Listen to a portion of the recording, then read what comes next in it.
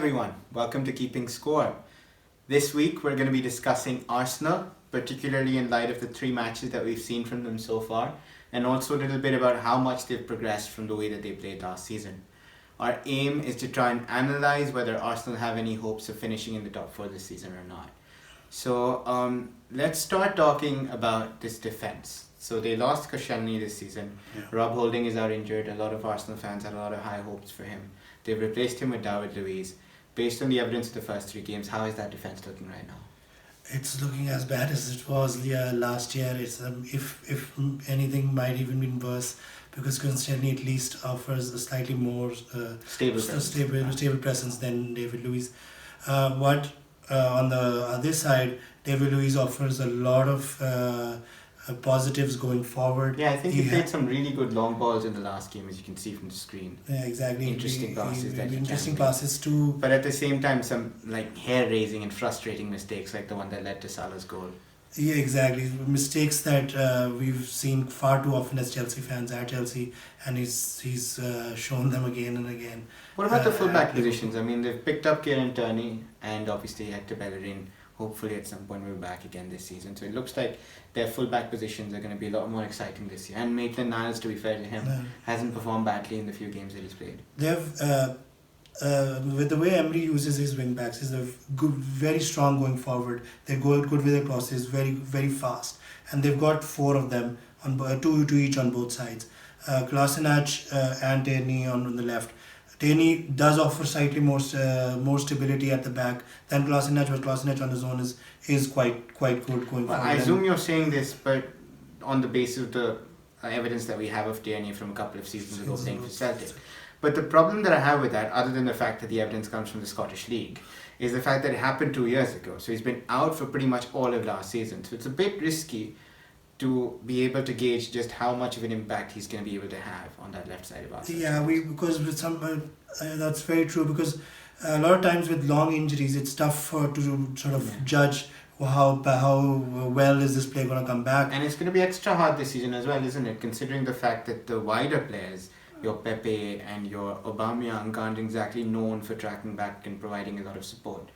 Exactly. So they're going to be facing a lot of sort of pressure coming back from the other team's wing backs and their wingers.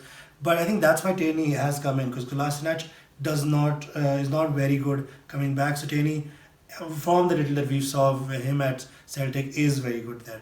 On the other side, Bellerin is very fast, but they're not. But that's not really Arsenal's forte, and that's not where they want their defenders to. He showed glimpses that he could be a very good two-way defender, but it turned out not necessarily to end up being the case. And he's been out a long time as well. Exactly. So it'll be interesting to see how he fits back into the side.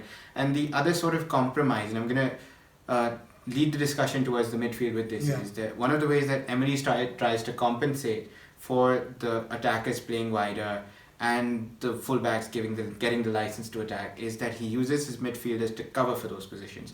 So Guendouzi and Xhaka in particular, for example, are asked to cover the wider areas when the players go forward. But conversely, that leaves a lot of spaces in the centre that a lot of teams are able to exploit, which is why perhaps Arsenal are not as good as keeping hold of possession, particularly against the bigger sides. And we saw that a lot in the Liverpool game as well, where Liverpool bossed the game for large portions of it. Exactly. What is going wrong in that centre midfield, for you, if anything?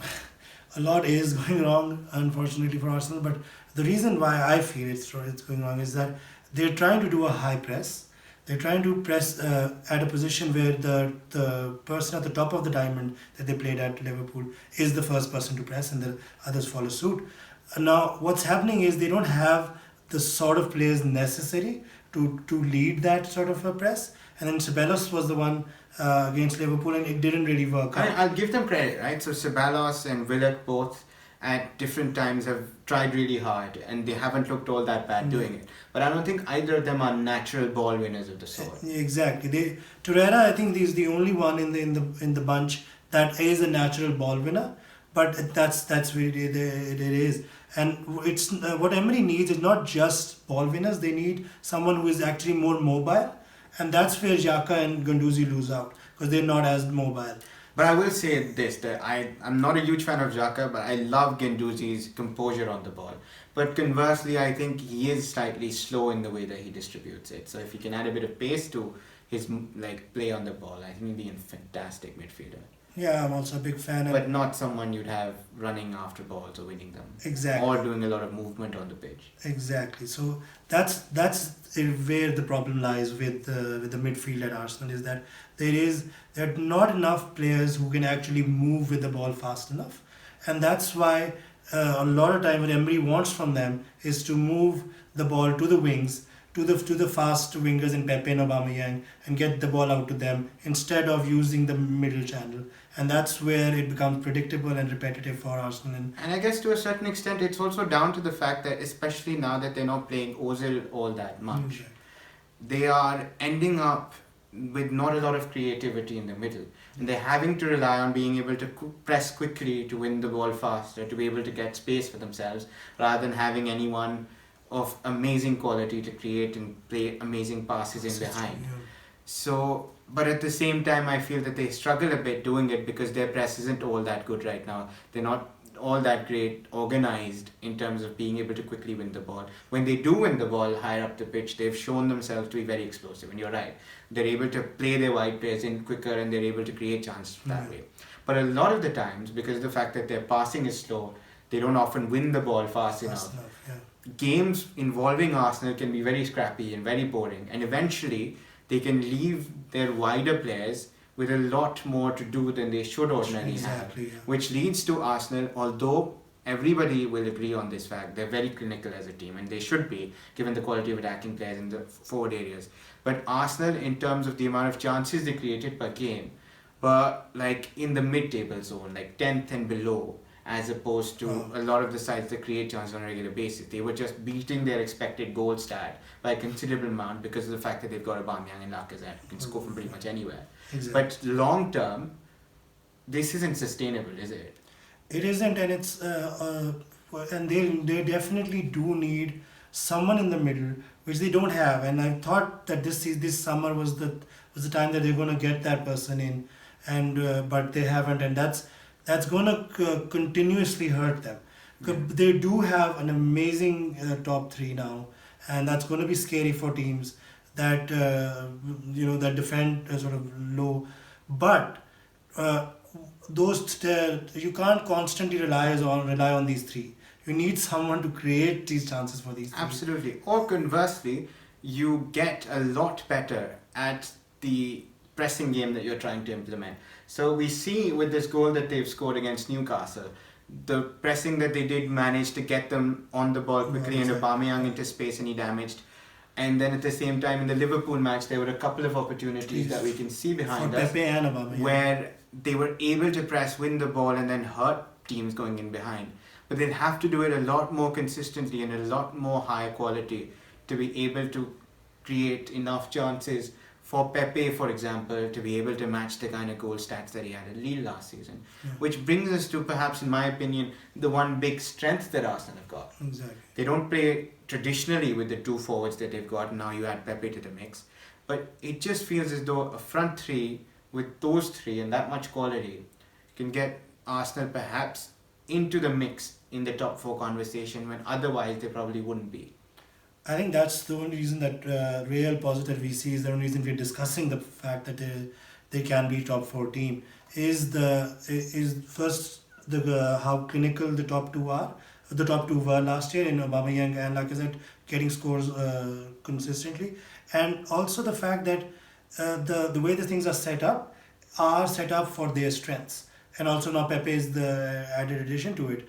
Is that the cutbacks and the quick crosses, low crosses that the wingbacks make and the wingers make are perfect for Lacazette, who loves these quick passes. I just have to put this out there. I think that there are very few players that can do what Lacazette does with those kinds of balls. So those are not easy chances. Those are half to quarter chances where he turns the defender or he turns in that little bit of space and he gets a perfect shot away and it goes in.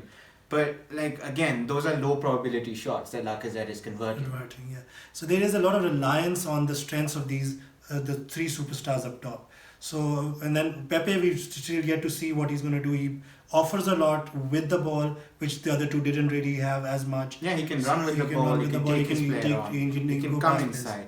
But at the same time, like, if we're expecting if we're expecting Pepe to produce the kind of numbers he produced with Lille, we're gonna need to have him have as much space to attack into as he did at Lille. So, for example, when he cuts past his defender, he shouldn't have 3 or 4 more to beat, and that happens far too often in the Premier League, particularly with Arsenal. I mean, when they played Burnley as well, a lot of the attacks that you are seeing on your screen right now, so they're coming in from the wider areas, but they're coming in into a packed box full of Burnley players. Exactly. Now, Pepe in that particular situation might be able to get you inside, but once he gets you inside, he won't have the kind of space he had with Lille to be able to take those shots that he used to take, or to be able to create the chances that he was creating in the past. So I think to get the most out of a player like Pepe, you need to get the ball to him a lot faster. And again, it comes back to the same thing. The midfield either needs to be faster in their passing or needs to press better, but they have to find ways to isolate Pepe with the wide players and the centre backs and not leave him with too much to do. I think I definitely agree with that. A player of his quality deserves the ball to bend. Not just Pepe, even Aubameyang, for that matter, needs that extra bit of space on him, and that will only be made if the midfield starts to move the ball faster, like they used to do under Wenger, or at least provide the defensive stability that the team needs, so that they can have a player like Ozil who can make these passes. Yeah, I and don't really see that happening, to be honest. Obviously, so Ozil's not really making his way into the side, but I mean, it's not as though the idea of primarily attacking from the wider areas or having midfielders that aren't the most creative is a failed formula. I mean, if you think about their opponents this weekend, Liverpool are a team that are very much excellent exponents of not having crazy creativity through the middle, but like really good pressers of the ball, and then wide players who are really good at maximizing the wide areas to create space and to cause damage. But ultimately, the reason that they're so good at doing that is A, they press the ball really high up, or they're able to play the long balls into their forwards in a way that gives those forwards space and puts them into 1v1 situations. So there's often a 3-on-3 or 3-on-4 situation with Liverpool when they counter-attack. Or they'll press the ball and it can be a 2-on-3 situation, Liverpool having the advantage. Or in their wider areas, there's a lot more movement. So there's a lot of movement from the central midfielders, and there's a lot more movement from the front three than perhaps we get from Arsenal as well. Much more, yeah. So Firmino is running all over the place, Mane is making a lot of runs, Robertson and Arnold, when they're coming in, there'll be somebody from the central midfield moving in to create A, options for them, or B, another guy like Wijnaldum going into the box. And we don't see anyone from Arsenal really reciprocating that way. So if you want to make effective attacks from out wide, you've got to A, provide some support to your attackers with more guys coming into the box, and B, you just have to like move faster and play faster as well. I think that's the biggest deal that the midfield needs, is the speed. Yeah. I think that's the difference between. And we don't mean running speed here. Yeah, obviously, today I would win that race, but what they need is speed in the pass and speed in the play, and that's the real difference between the top two, between City and Liverpool and the rest, is the speed with which Liverpool presses, and once they get the ball, the quickness with which they spread it out.